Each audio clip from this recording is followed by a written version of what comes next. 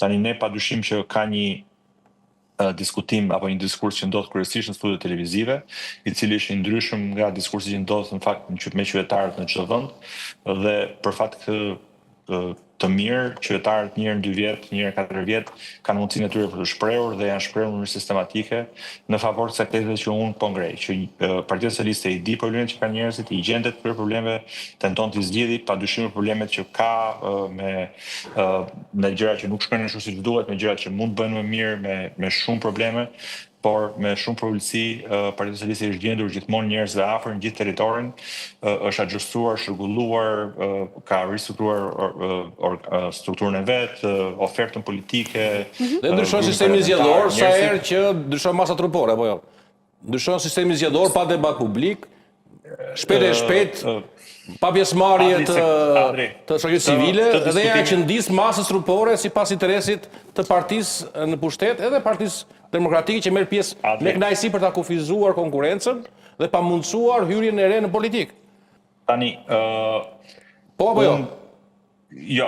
Po. Tani, kemi se 6 korik pa asnjë debat publik. Ti bëre një pyetje.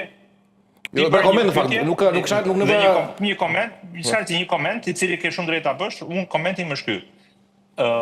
Asnjë sistem që kemi pasur ne nuk e ka penguar konkurrencën. Ju keni gatuar çdo sistem. Nëse ka dhënë njëri. Nuk ka rëndësi. Ka shumë rëndësi se e keni qëndisur çdo sistem sipas masës trupore. E meqense masa trupore rritet, ju e ndryshoni masën çdo 4 vjet.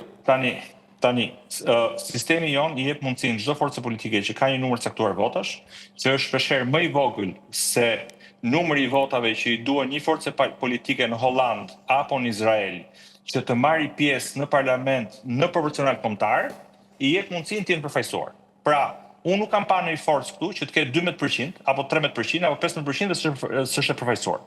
Pra, çështja është që nëse ne duhet krijojmë një sistem që të japë mundësinë çdo forcë me 1%, me 1.5%, me 2%, me 3% të marrë 20% të parlamentit, kjo nuk bën sens, sepse në fund fare Partia Socialiste ja ka dalë me sukses tregoj një gjë. E tha dhe Blendi ka marrë 48, 49, 52 kësaj herë % të votës popullore.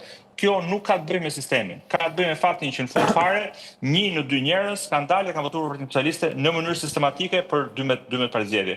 Nëse del nesër një forcë politike që të merrte 12%, 7% të votave, do ishte një forcë që do kishte një zë dhe do ishte aty. Nuk është çështje e sistemi, është çështje e faktit që njerëzit nuk i kanë besuar dikujt tjetër për ta bërë këtë punë. Pra, nuk ka asnjë sistem. Sistemi jonë është shumë më i hapur për një forcë alternative politike, se që është fjala që bie sistemi anglez apo ai amerikan. I cili presupozojmë që kemi 2 vende ndër më vendet më demokratike në botë. Nivelin e proporcionalitetit më të lartë në botë, po.